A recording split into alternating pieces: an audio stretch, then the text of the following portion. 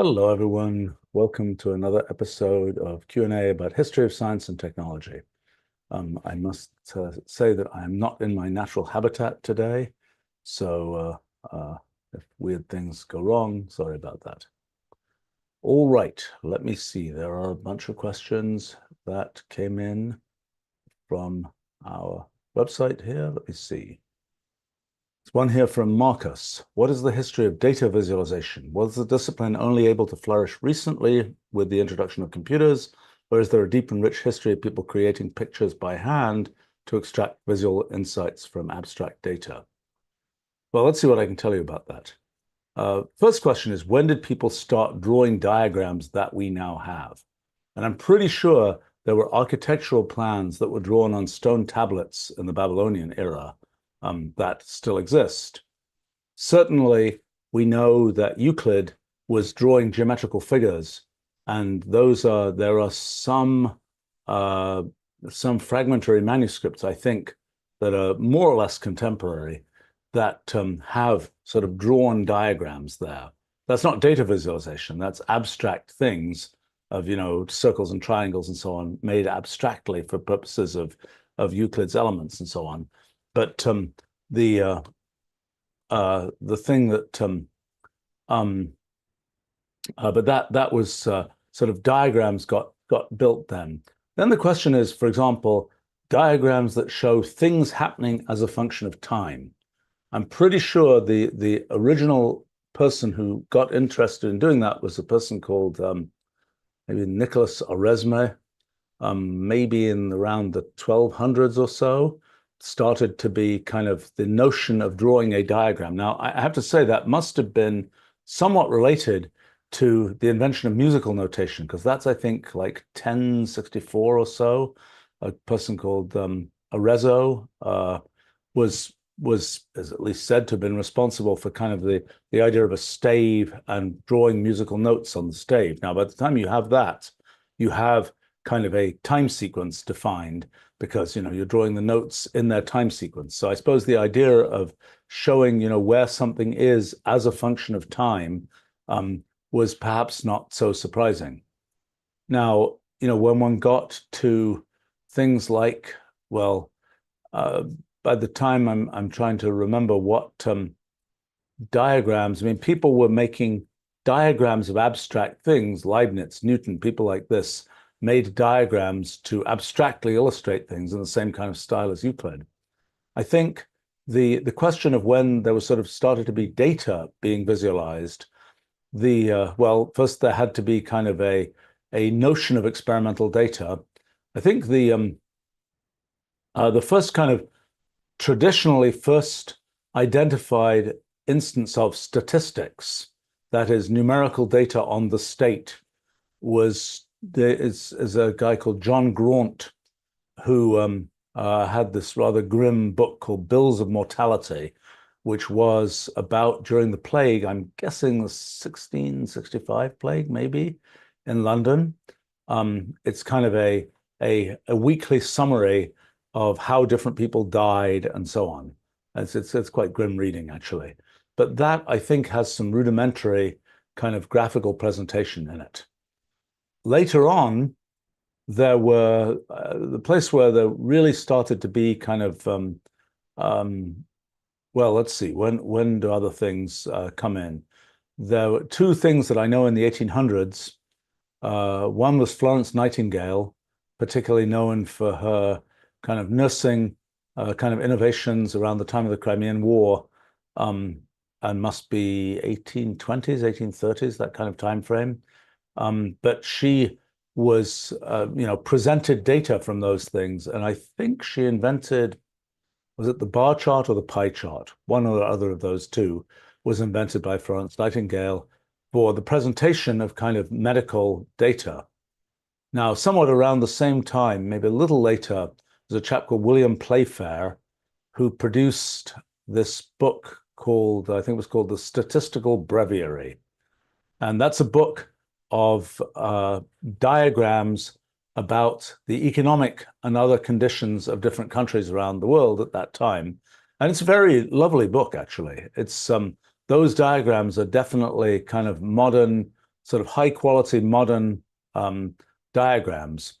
And I think that and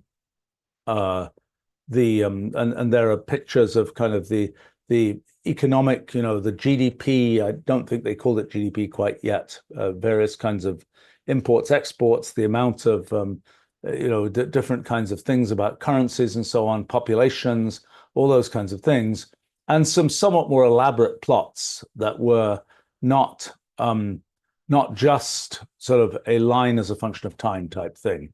But so that was at that point, by the time of William Playfair, there was pretty well developed sort of visual presentation of data by the mid 1800s or so. Then it's the next thing that comes about. Well, there's kind of an ugly period in data visualization history. The Nazi Party in Germany was pretty big on making kind of sort of elegantly designed data visualizations proving who knows what. But that was some of the more striking, at least, data visualizations, which probably have been sort of don't get collected when people start talking about those things. But then, in terms of sort of the arrival, well, let's see. There were trying to think whether there was sort of data visualization that happened in the sort of electromechanical period of computers, and I don't think so much. But you've got to remember that yeah, I don't think that was really a thing. I think the time when kind of visualizations started to come in, there were two basic technologies, and we're now talking 1950s to 1960s. Two technologies. One was pen plotters, and the other was oscilloscopes. So a pen plotter, I mean, like I used one of these in probably what 1975, 6 type time frame, connected to an electronic desk calculator which could run some rudimentary programs, would be an XY pen plotter, where essentially there were two motors, and they would kind of move this pen in the X direction and Y direction, and then you put a piece of paper there, and the pen would draw this or that thing on a page. And certainly some early papers of mine, the original versions of the diagrams were drawn with a pen plotter. That was one technology. The other technology was oscilloscopes, and an oscilloscope is well, it's kind of a cathode ray tube, which means it's some people probably here know exactly what that is, but for those who don't, it's was how televisions worked up until 25 years ago or so now, when they kind of switched to the flat screen kind of semiconductor technology methodology. But before that time, it was a cathode ray tube, which meant it's a glass evacuated tube that has electrons produced from a hot wire at the back, and then they're pulled by electric fields to the front. They go and they're deflected by magnetic fields, no, electric fields, I guess. They're deflected, and what happened? So early television worked by scanning the screen every, I don't know what it was, maybe 15, but somewhere between 15 and 30 times a second, scanning the screen. And like in England, there were 405 lines on the screen. And then they went to, in probably late 1960s, they went to 625 lines. I think in the US, it was 550 lines, maybe. These were different standards for television transmission, with names like PAL, phase alternating line, and gosh, what's the American one? Gosh, I've forgotten. There was another European one called SECAM, SECAM. But these were different schemes for sort of painting, having. So what would happen is the electron beam would, from the back of the television, it's accelerated and to a few kilo electron volts of energy, and then the electrons would be sort of painted on the screen in the right place, controlled by these electric fields, magnetic fields. And on the screen, there was a phosphor which glowed wherever the electrons hit it. And that's what you would see, and that's how you would see the television screen.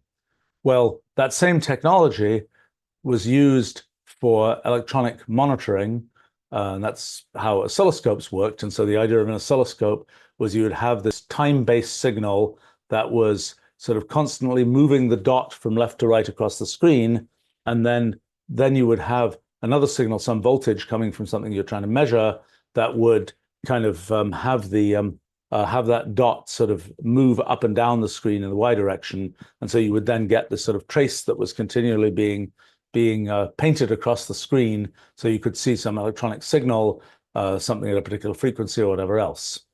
Well, that technology kind of advanced, particularly a company called Tektronix was big in doing this, was in having these storage oscilloscopes where you would get, sometimes early on, it was just the phosphor didn't decay very quickly, so you'd still see the image for a while. Later on, it worked in a more electronic way.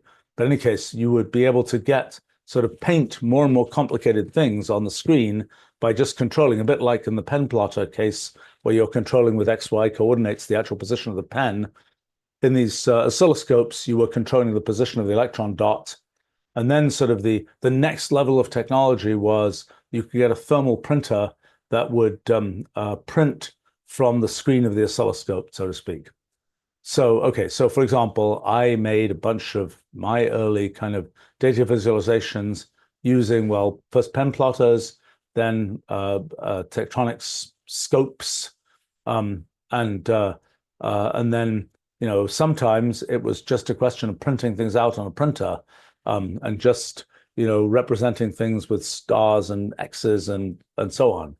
Kind of amusingly, the first, well, the system called SMP that I built starting in 1979, it's kind of a forerunner of Mathematica and Wolfram language.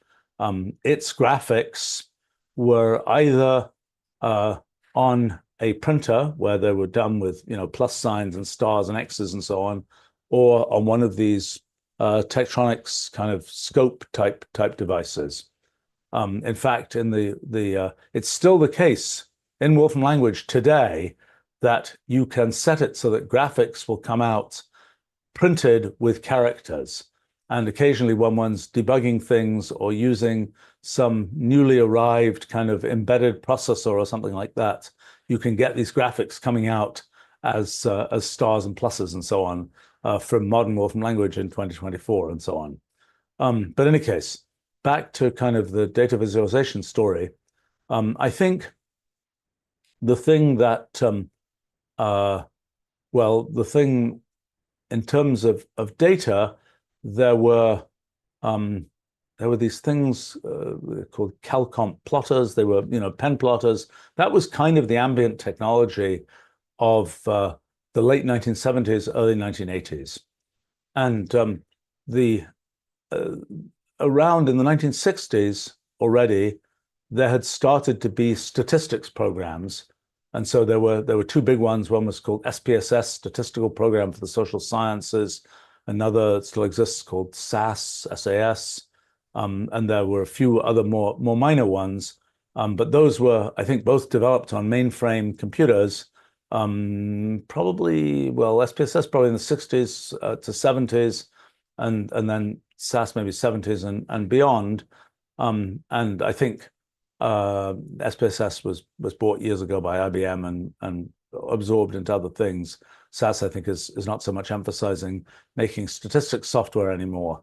But that was a time when people, when sort of the statistics that people had developed. Okay, so a little bit more on statistics, because that was sort of where a bunch of this kind of data visualization came from. So I mentioned, you know, the John Graunt and his bills of mortality from the 1600s. There was, you know, later developments of statistics. I think one notable development was from Gauss. You know, notably, there's the Gaussian distribution, the normal distribution. Gauss was interested in errors of measurement, and Gauss sort of did a practical astronomy, discovered the asteroid series. And one of the things of interest was kind of, when you make all these measurements, what's the distribution of errors? And that led to the Gaussian distribution idea. But the thing that really made statistics take off was agricultural statistics. People in the 1920s, 1930s, trying to figure out if you are growing crops and you have this type of crop and that type of crop, and you put this pesticide on this crop and that crop, what will happen to it? And so they would divide off these fields into little plots, and then they would say, what's the chance that this plant does well or doesn't do well with this type of pesticide on it, or fertilizer on it, or whatever else. I think maybe it's more fertilizers than pesticides at that time. Actually, amusingly enough, there was a place near where I lived when I was a kid in England. There's a little place, I think it's called Rothampstead Experimental Station, and it was an agricultural research operation. And that then people wanted to figure out, okay, did this fertilizer do better than this with this type of corn plant or whatever else? And that was a big adventure in trying to tease out effects from numerical data. And for that, a bunch of methods got invented, particularly a chap called Fisher invented a bunch of methods.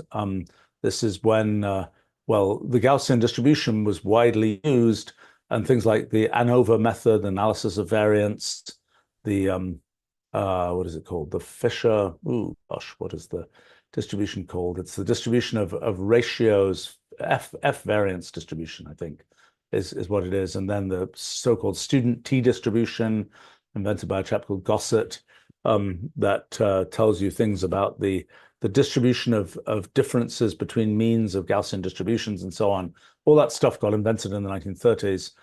To my mind, it's sort of interesting. It got used at first in kind of agriculture. I think only quite a lot later in medicine, where it's still very widely used. And in the social sciences also started to be used. I think this was a time when things like polling methodologies were getting more sophisticated and so on, and it became important to know, what was the margin of error for this or that thing, all those kinds of questions.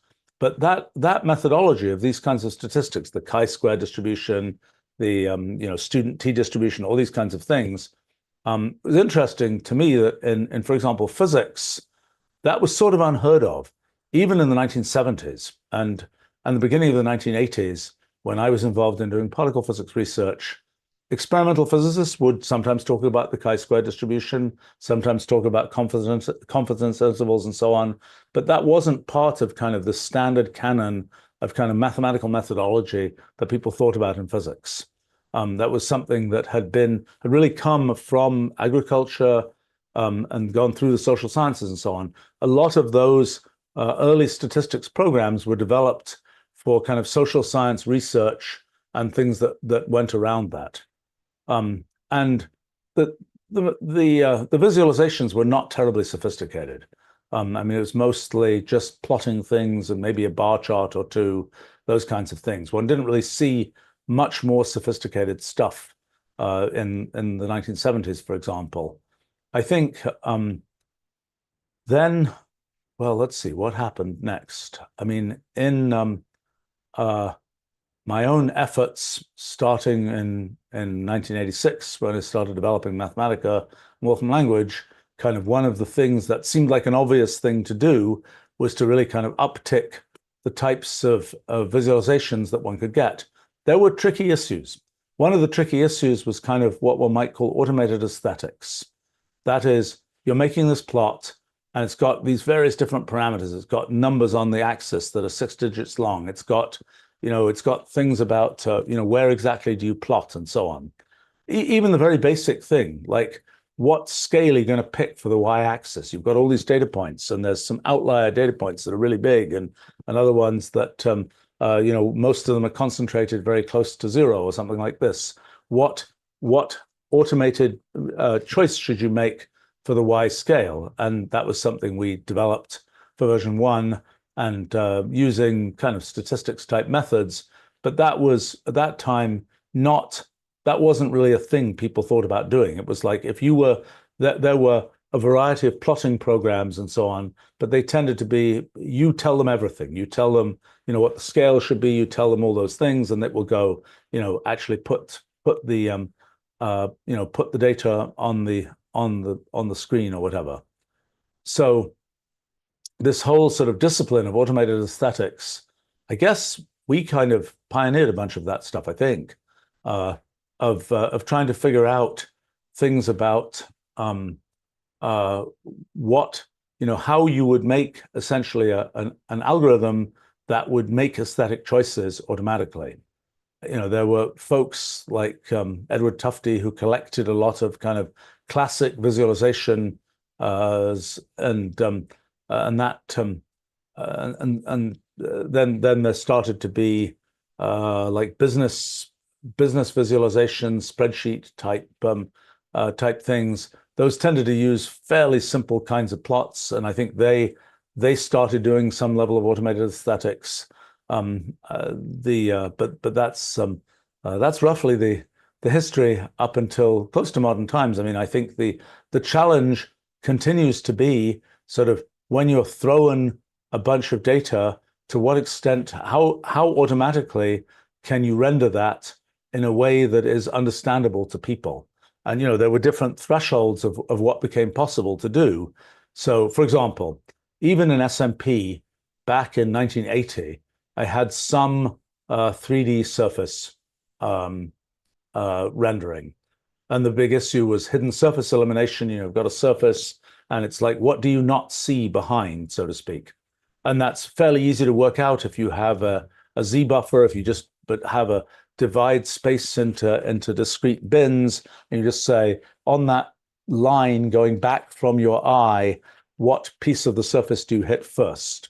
But for example, one of the things we kind of pioneered in Mathematica in 1988 was resolution independent hidden surface elimination.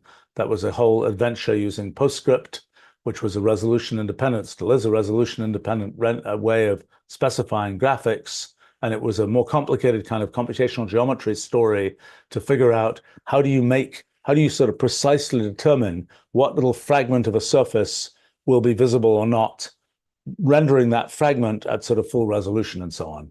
But so, 3D visualization was a thing that sort of circa 1988 was becoming kind of comparatively easy to do, although things like this resolution independence story was still something that was on the frontier at that time.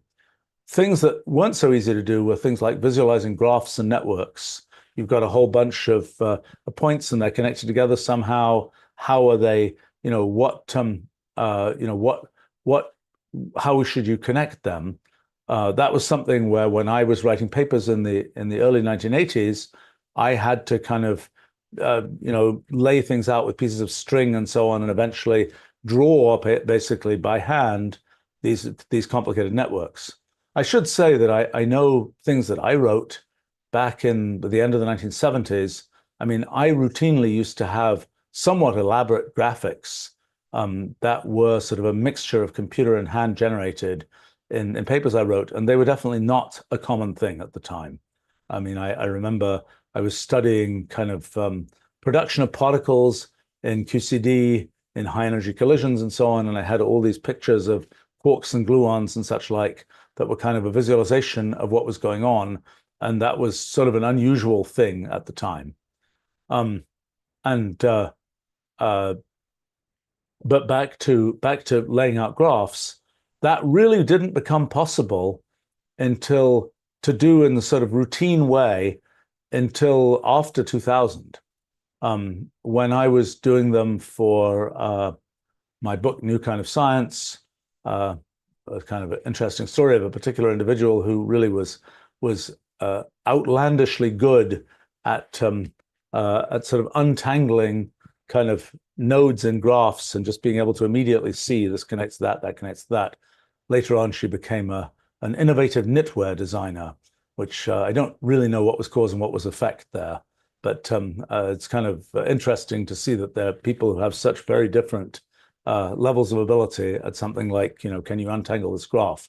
But eventually, probably beginning of the 2000s, we started to have good algorithms for doing that. And that's been something that's been very critical in a bunch of work that I've done in the last few years, which has made a lot of use of kind of complicated graphs and networks and so on. So anyway, a few thoughts there. Uh,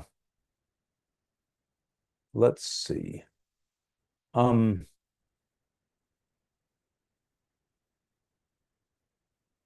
um,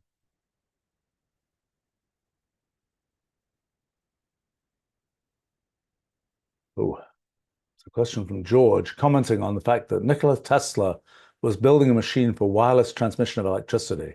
It seems we're getting to a place where we can beam solar energy down to Earth from solar harvesting satellites. Curious what my take on the timeline for that is. I haven't followed that in great detail.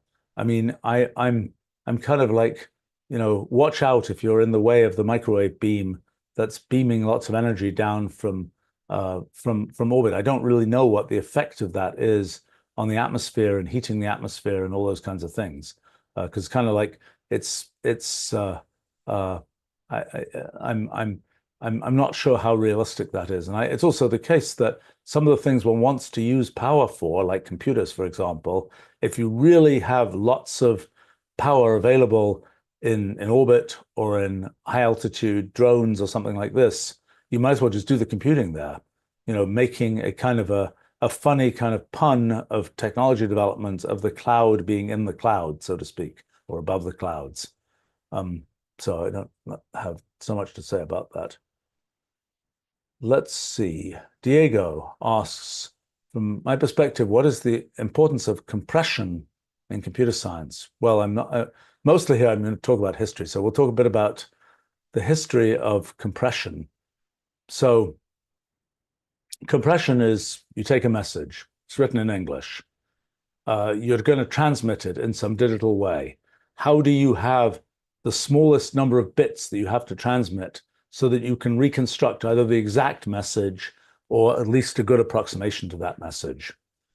So the first place, well, there were things done for cryptography, probably even in antiquity, where people had code books where it would say, well, just like in modern times, there are things like 10-4 as a kind of police scanner. I don't know whether they still use that, but that I think that meant sort of okay, and probably 1175 means there's a cat stuck in a tree or something like this.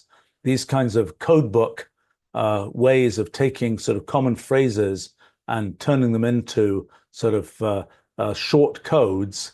That's kind of an early version of compression, and I think that was also done for kind of military coding cryptography purposes of just this incomprehensible collection of numbers that were known to both sides what they meant. I think the first place where I know that anything sort of systematic got done on that was probably Samuel Morse and Morse code, which I think was about 1830. And in Morse code, sort of one's using a telegraph machine which can just send bip, bip, bip, bip, bip, just sending pulses of electricity down an electrical line across the country or wherever else it was laid, and eventually across the Atlantic and so on. And the question was, how would you encode the, I don't know, the enemy will arrive in 2 hours type thing, or whatever it is. How do you take that piece of English, for example, and transmit it in this essentially digital form of bip, bip, bip, etc. And the sort of key thing in Morse code is there's short and long things. So there's either like bip, and then you keep going, or you can go, make a longer pulse, and so you have dots and dashes. And so then the question was, okay, we're going to take dots and dashes and we're going to encode the alphabet with dots and dashes. How should you do that? So I think it was Samuel Morse was the one who figured out, well, E is the most common letter in English, T the next most common. So let's make E a single dot, T a single dash. And then as the letters get more obscure, you give longer encodings for those letters. So famously, SOS is ... dash dash dash ... I think. I should know that. But so those are O is a much less common letter, so it gets 3 dashes, whereas E is the most common letter and it gets just a single dot. So it was clearly that was a way of compressing things by having the total number of dots and dashes was made smaller by the fact that common letters were encoded in shorter sequences than less common letters. So I'm not sure what happened for a long time, actually, with data compression. I think Morse code was used for a long, long, long time. When it came to the first radio and things like this, first television, there was no compression. That was because that was really an analog signal. I mean, in the case of radio, you were really transmitting the amplitude of the sound vibrating at some number of thousands of times per second or whatever. That was what was being transmitted. That was the electromagnetic wave was of that intensity. And so there wasn't really a notion of compression for that. So then I think the next big thing in the history of compression is probably 1948. Actually, it was a bit earlier than 1948. And Claude Shannon's work on information theory. It's always been a big question in my mind, the extent to which there was sort of direct connection between Alan Turing's work and Claude Shannon's work. I mean, to describe that, during the war, Alan Turing, who had sort of done his work on Turing machines as models of computation in 1936, when the Second World War started, he got recruited to this effort at Bletchley Park in England, halfway between Oxford and Cambridge. They were trying to recruit from both places, so they picked somewhere right in the middle between there. It was a very secret operation to break the German codes, primarily the Enigma codes.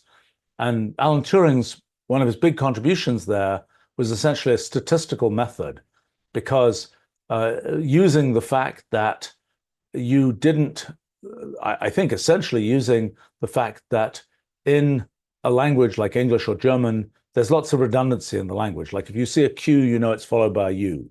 So when you're trying to kind of figure out how did something get encoded, it's very important to know sort of what the source material was and what the regularities in the source material were. Because if you knew that the source material repeated, like for example, if you have a dispatch and at the beginning of the dispatch it says kind of, to the high command of whatever it is, and every dispatch says to the high command of whatever it is, then that's a thing that you can use to do cryptanalysis to figure out, oh, since we know what the source text for this is, we can figure out something about how the encryption works.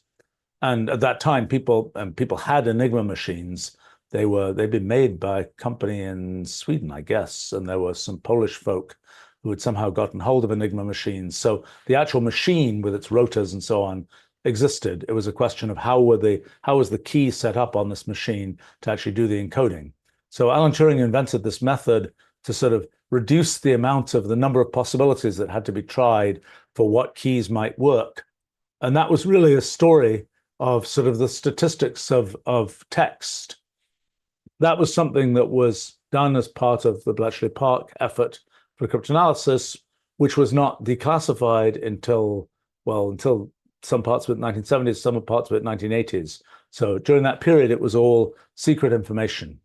And meanwhile, in the US, Claude Shannon, who had worked on kind of connecting logic to electrical switching networks, that was his thesis at MIT.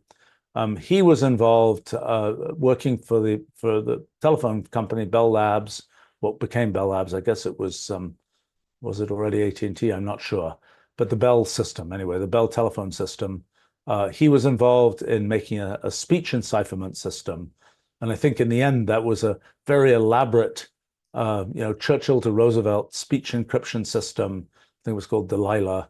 And I think they installed, the two ends of this thing with giant machines and so on in both places. I think it was used very, very rarely, maybe just once or twice. But in any case, that was something that Claude Shannon worked on at Bell Labs, and it was then located in New York City. And at some point during the war, Alan Turing went to visit Claude Shannon. And I don't think one knows what was discussed in that visit. And I don't know to what extent the work that was done at Bletchley Park was something that Alan Turing was kind of allowed to talk about with the Americans, so to speak. So it's unclear to me, at least, what what the transmission of information was there. But in any case, in 1948, after the end of the war, Shannon published this paper about what became information theory, and that paper is really about sort of what is the true amount of information as he thought about it in a message. And that was originally developed for thinking about cryptography and thinking about what you have to do for cryptanalysis. I don't think that's mentioned in Shannon's paper, and probably those connections were not, publicly known for a long time afterwards. But what Shannon kind of did was to say, well, like Morse code, if there's a way of, you can ask the question, if you could do perfect Morse code, how short could a message be?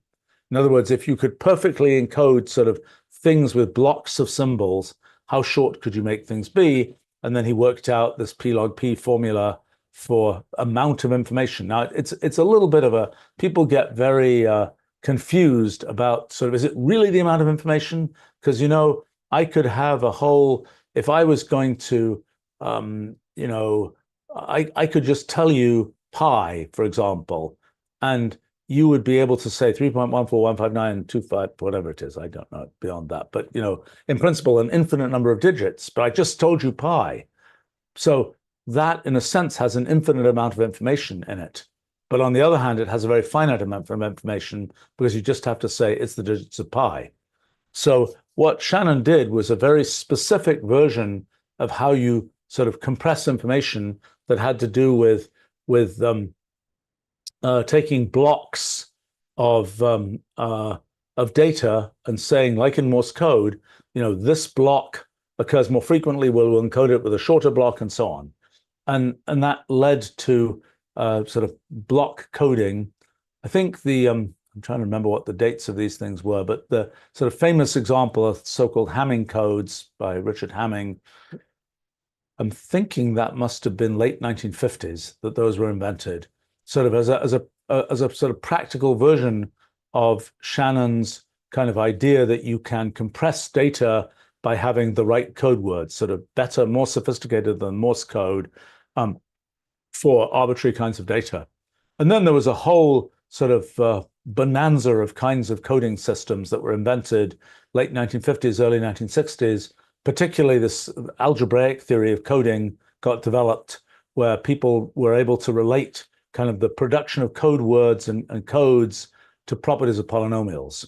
I mean, one mathematical connection that's pretty easy to see is, well, you also want to have sort of all connected with error correcting codes as well, where you're transmitting the data and maybe a few bits didn't arrive correctly, but you still have enough that you can uniquely reconstruct kind of what the character that was being sent actually was. So, I mean, a typical example of this sort of sees the connection to other kinds of mathematics is if you imagine that you have these code words that represent sort of coordinates in some, the successive digits represent sort of values of a coordinate, you can think of sort of a whole bunch of spheres in high dimensional space. And I say spheres because as you go away from a given point, you're kind of changing some of the coordinates as you go in the different directions on the sphere. But if you say the sphere, you're saying that there can't be, in any given direction, there are a limited number of coordinates that got changed. And so then there's a question of sort of packing spheres. And you say, how can you best pack these spheres in high dimensional space? And that kind of gives you an optimal way to make one of these error correcting codes and so on. But in any case, the compression idea, there's this block coding idea. You take a block of data and you find a shorter block. You use the fact that some blocks are more frequent than others, and you encode the frequent blocks with shorter blocks and the less frequent blocks with longer blocks. That's how Hamming codes work. That's how a whole bunch of kind of early compression methods work. Now, there are places where compression got used, for example, in fax machines.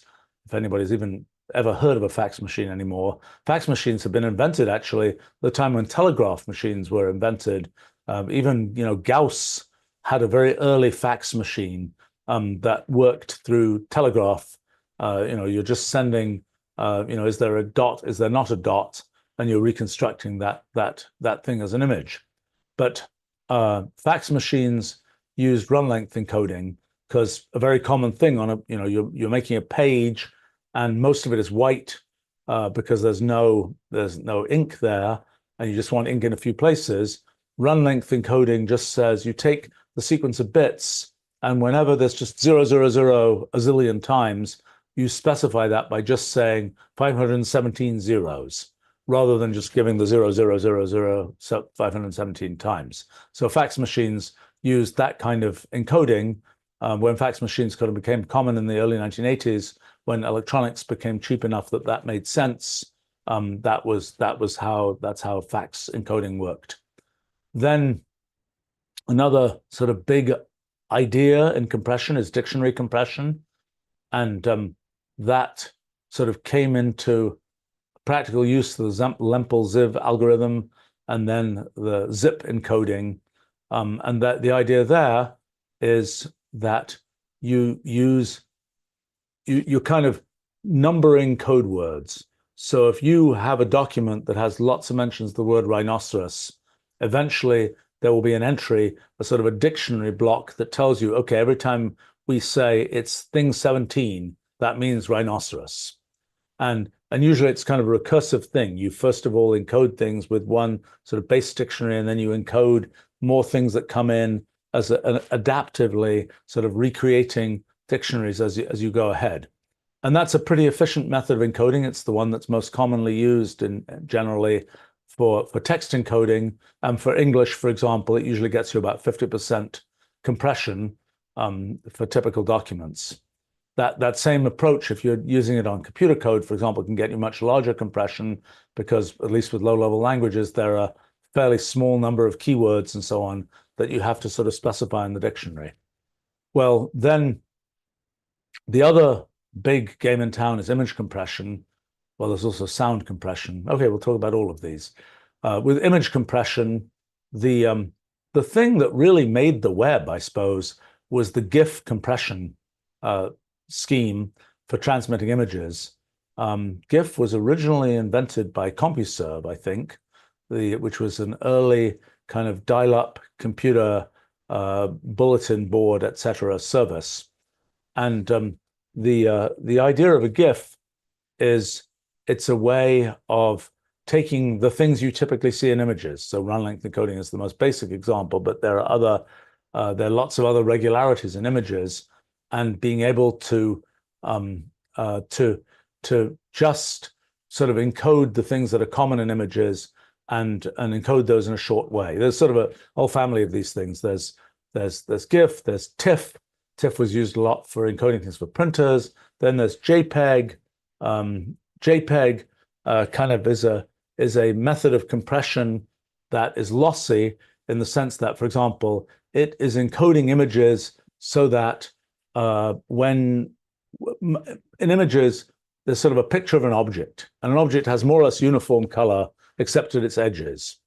And so it's a pretty good bet to say, for example, that lots of kinds of colors in a picture will not vary too much. So if you just say, well, what's the frequency that they vary? You just take low frequency variation using Fourier transforms and so on, and you look only at the low frequency variations and you ignore the high frequency ones. So some kinds of things, like a bunch of little cellular automaton images that I've made, compress very poorly with JPEGs because they have a lot of fine detail that is not what is in a typical photograph type image. So that's another kind of compression technique. PNGs are a slightly more modern version of that kind of thing. Then there are a bunch of other technologies with wavelets and so on. It's sort of, the question is, what are the things from which you can make an image, for example, most efficiently? When it comes to audio compression, some of what was done there was quite wild, because some of it is really modeling things like the human vocal tract and saying, well, just how many parameters do you need to specify those sounds that humans make? And it's not so many. And so then you take the sound that was made and you try and sort of represent it by saying, well, what is the effective sequence of parameter values for the human vocal tract that will be necessary to make a sound like that? And you transmit only those parameters. And actually, that's how MP3, for example, was originally developed, although then it got used for music, which wasn't its original use case, I believe. And but it worked well for that, and now there's MP4 and so on, which also there's a whole separate issue of compressing video where you have sort of differences between frames and not differences, but and not so much difference between successive frames, so that lets you have other forms of compression and so on. But it's been if you look at the sort of methods of compression, there was a period in the, I would say, late 70s, early 80s, when a bunch of the kind of standard compression techniques, like dictionary compression, like GIFs and the early JPEGs and so on, got developed. And then the audio compression was a bit later than that. That's probably a decade later than that. Good audio compression.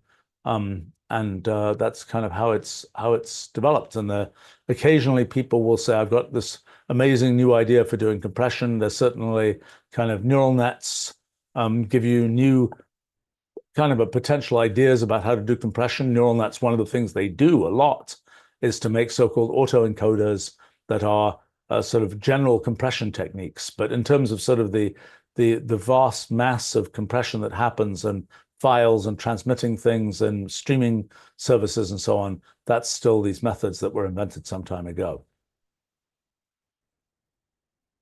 Let's see. The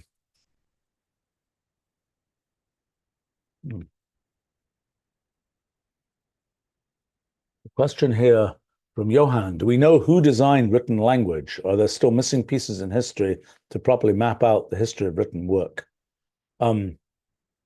We certainly do not know the name of the person who invented written language. I mean, written language was invented several different times. I mean, it was invented Babylonians, and then Phoenicians and so on. That was sort of one invention. In the Americas, different invention. In China, a different invention. I think maybe India was still India was a pretty late invention of writing, I think. So writing was invented multiple times with multiple different systems, whether it's the ideographic system, the alphabetic system, hieroglyphic system, whatever else. And one doesn't know sort of who was the first person who had that idea. Now there are alphabets where one knows something about their history. I mean, for example, the Russian alphabet, Cyrillic, invented by monk Cyril. I don't know the detailed story there. I know the Armenian alphabet, Mashpot, somebody or other, I forgot the name, but that was a definite invention. I think 1400s maybe, that was invented. And so, the idea that there are specific alphabets that were invented by particular people, that is a thing.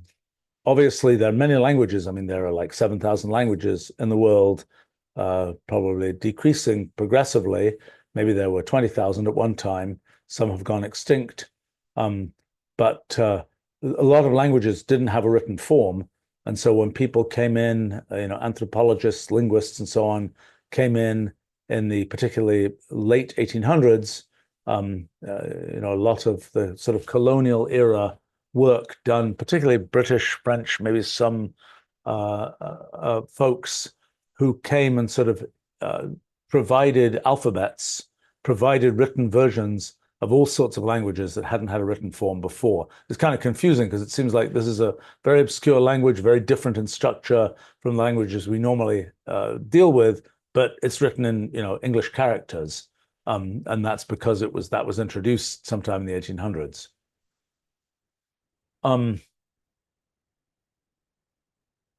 Let's see. There's a question here about from Alex, sorry. What is the stage of development history around implementing cellular automata in hardware, such as quantum dot cellular automata? What large-scale hardware accelerated simulations will be interesting next? All right, well, I can tell you a little bit about this history. So cellular automata, things I've studied a lot, uh, very simple programs where you just have a the version that I studied, a line of cells, each is either black or white, and in a series of steps, the color of a cell on the line below, going down the page, for example, is determined by a rule in terms of the colors of the neighboring cells on the line before. Actually, two-dimensional cellular automata was studied a lot before I started studying one-dimensional cellular automata. They started being studied in the 1950s. Well, there were many different reinventions of the same thing, but essentially you have a two-dimensional grid, and at every step you're saying, I'm going to change the color of this cell based on the neighbors around that cell. And so how were those things used? Well, they were used for image processing in the 1950s. People made arrays of photocells that were able to detect light, and then they would sort of put switching circuit connections that uh, um, would would figure out would process these images. For example, removing edges, identifying edges, things like that. That was all closely related to early attempts to do what we now think of as AI. Even then, it was thought of a bit as AI. The term AI was invented in 1956, and particularly things like perceptrons, which were kind of early neural nets that were based on just taking values of light levels in an array of cells and then combining them in various ways. Those perceptrons tended to have every cell connected to every other. Cellular automata are what we would now call convolutional neural nets, where things are only locally connected to each other. But so there was a bunch of work that was done on hardware, two-dimensional cellular automata, even from the 1950s. The one-dimensional ones, there was a branch that was kind of hidden from view because it was related to military cryptography, and not quite one-dimensional cellular automata, but very, very close to that, was a bunch of things which still I don't know in detail what was done. It's said that a bunch of Soviet cryptography made use of nonlinear feedback shift registers, which are kind of the same basic story as one-dimensional cellular automata. That would have been in the well, probably 1950s. In terms of other hardware implementations, there are well, when people started getting interested in parallel computers, in particular the 1960s, the idea of having just this sort of array of cells and making them all do the same thing was a common kind of notion in these kind of parallel computers. People also wanted the individual nodes to do sort of sophisticated computation, but for sure they could do these simple kind of just look at your neighbors and change your state. Those early parallel computers weren't much used for cellular automata. They could have been, but they weren't. Even when the connection machine computer that I was involved with in the early 80s was being developed, that was a machine that was a 16-dimensional hypercube, and it was really very good for doing cellular automata, but kind of the hope was that it would sort of solve AI and be useful for lots of other purposes. That hope didn't really pan out, but it really was pretty good at doing cellular automata, but it was rarely used for that. Now, at that time, in the early 1980s, I had kind of, I would say, raised the awareness of people about cellular automata and why they might be useful, for example, for making models of things in the natural world and so on. And so there were a whole bunch of people who were interested in making custom microprocessors based on cellular automata, and a bunch of designs got done. Very few actually got made. There was a group at MIT, they got started independent of me, that were making kind of custom electronics versions of little cellular automaton machines. It was actually kind of, for me, kind of interesting and frustrating that they had these things that would have sort of real-time display of two-dimensional cellular automata with all kinds of cool things happening on the screen. And it was frustrating because it's like all kinds of cool things are happening on the screen, but nobody's doing any science with this. They're just looking at the cool things that are happening on the screen. And so I spent a little bit of time sort of trying to extract science from what one could see kind of just running on the screen. Although I have to say, I mostly ended up sort of using that as intuitive backup and then background, and then going and implementing things on an ordinary computer to sort of in a more controlled way see what was happening. Now, well, there's a long series of people building, wanting to build, thinking about building, proposing to build various kinds of hardware cellular automaton devices. There are and then quantum cellular automata, which I sort of started. Well, I wasn't that excited about them, but they kind of got started in the early 1980s, and that sort of, to some extent, segued into the idea of quantum dot cellular automata, where you have these atoms or ions or whatever trapped in some particular site in some substance, and you can get sort of small scale interactions between local things, local atoms or whatever, and you can expect to do computation that way. And it's kind of one of the potential, though not so popular, approaches to sort of making a quantum scale computer. Boy, I'm seeing lots of questions here from Liu. Curious about the history of eyeglasses. Why has the tech not seemed to have advanced much? Let's see what I know about this. Okay, so the idea, the glass, transparent, sort of thing you get from heating up sand, is a thing that was known to the Romans. But it wasn't something where you could get nice, smooth glass and so on. It was the idea that you could make eyeglasses must have existed by the 1600s, because there was sort of a big period of time when it was, it definitely existed by then. There was some lens grinding was kind of one of the sophisticated trades at the time. And for example, when the lenses weren't that good, but they were particularly relevant for folks who get old and lose accommodation in their eye lens, and then you can't read close-up things. That for many people who were kind of scholars, that was kind of a real problem. As they got older, they just couldn't read things.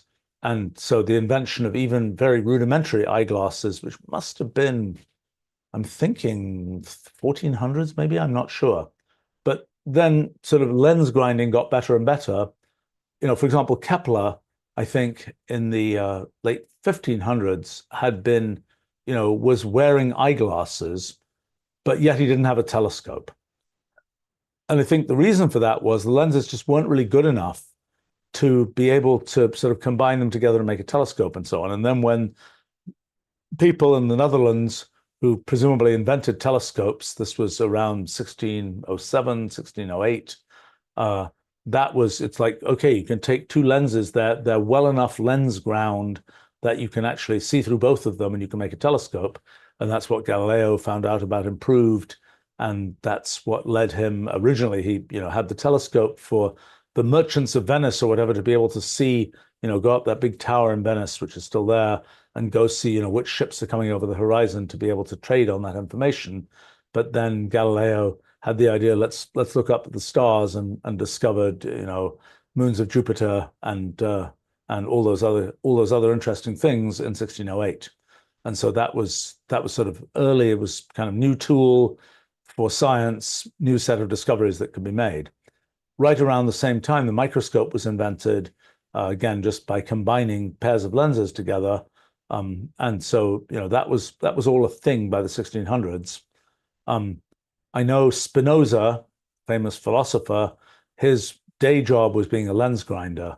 I don't know, as I say, I think it was kind of a high-end trade of the time. Now, in terms of sort of more detailed making of eyeglasses, I think the my impression is the technology sort of steadily improved, and you see pictures from the early 1900s of people with very small glasses, and I don't know whether that was technological. I suspect that was technological in origin.